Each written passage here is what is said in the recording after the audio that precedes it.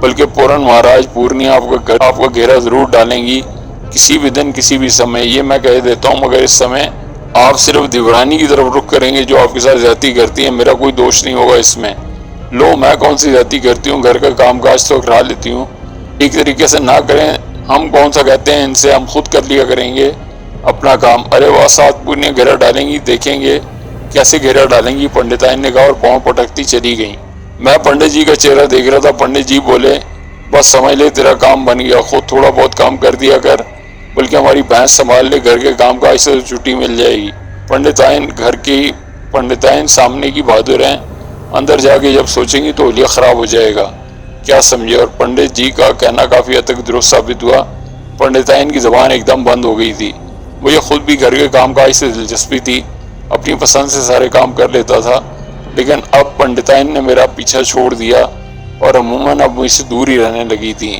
پنڈت جی کے اس ناٹک پر اکثر مجھے ہنسی آ جاتی تھی، مگر میں خود گھر کے کاموں میں الجھ کر اپنا ذہن بٹائے رکھتا تھا۔ پنڈت جی سچے جوتشی ہیں یا نہیں یہ میں نہیں جانتا تھا، دال روٹی البتہ کما لیا کرتے تھے اور لوگ ان کے پاس آتے رہتے تھے۔ مگر پورنماشی کی رات عجیب واقعہ ہوا، پورے چاند کی روشنی بکھری ہوئی تھی، میں پیپل کے درخت کے نیچے بیٹھا ہوا تھا، پنڈت جی پوتھی سجائے بیٹھے تھے، پنڈتائن کسی بات پر ان سے الجھ رہی تھی کہ اچانک سائن میں ایک عجیب سی روشنی پھیل گئی، اتنی روشنی کہ پورا گھر جگمگانے لگا، دھنک کے 7 رنگوں میں بٹی ہوئی 7 حسین دوشیزیں نہ جانے کہاں سے نمودار ہوئی تھیں اور آہستہ آہستہ میری طرف بڑھ رہی تھیں۔ ان کے ہاتھوں میں طرح طرح کے غیر مانوس ساز تھے اور ہونٹوں پر دلفریب مسکراہٹ۔ میں نے آنکھیں پھاڑ پھاڑ کر پنڈت جی کو دیکھا کہ یہ شاید میرا وہم ہو، مگر پنڈت جی اور پنڈتائن کی آنکھیں بھی پھٹی ہوئی تھیں اور دونوں تھر تھر کانپ رہے تھے۔ میں نے پریشان نظروں سے ان عورتوں کو دیکھا، ایک سے ایک بڑھ کر حسین تھی، انہوں نے جگمگاتے ہوئے لباس پہن رکھے تھے، سب کی آنکھیں مجھ پر جمی ہوئی تھیں۔ وہ پیپل کے درخت کے نیچے میرے چاروں طرف 2 زانو ہو کر بیٹھ گئیں، اپنے ساز انہوں نے سامنے رکھ لیے اور پھر فضا میں ان سازوں کی آواز ابھرنے لگی، ایک ایسا سحر انگیز نغمہ پھوٹنے لگا کہ دل کھینچ جائے۔ کچھ دیر سازوں کی آواز ابھرتی رہی، پھر ان کی آوازیں بلند ہوئیں، وہ کچھ گا رہی تھی، سر حسین تھے، آوازیں درد بھری لیکن بول نامعلوم، کچھ سمجھ میں نہیں آ رہا تھا، بس دماغ سوتا ہوا محسوس ہو رہا تھا۔ پنڈت کاشی رام اور جومتی بھی نگاہوں سے اوجھل ہو گئی تھی۔ دیر تک یہ نغمہ جاری رہا، پھر وہ اٹھ کھڑی ہوئیں، انہوں نے ساز بلند کیے اور وہ ان کے ہاتھوں سے غائب ہو گئے۔ پھر اچانک ان کے ہاتھوں میں چراغوں سے جگمگاتی چاندی کی تھالیاں آ گئیں، تھالیوں میں 7 چراغ روشن تھے، وہ تھالیاں کندھے تک بلند کیے میرے گرد رقص کرنے لگیں۔ رقص کا انداز بھی بے حد دلنشین تھا، ایک ایک کر کے میرے سامنے آتی، تھالی کو میرے سر سے چھوتی ہوئی پیروں تک لے جاتی، پھر دوسری کے لیے جگہ خالی کر دیتی۔ یہ شغل بھی کافی دیر تک جاری رہا۔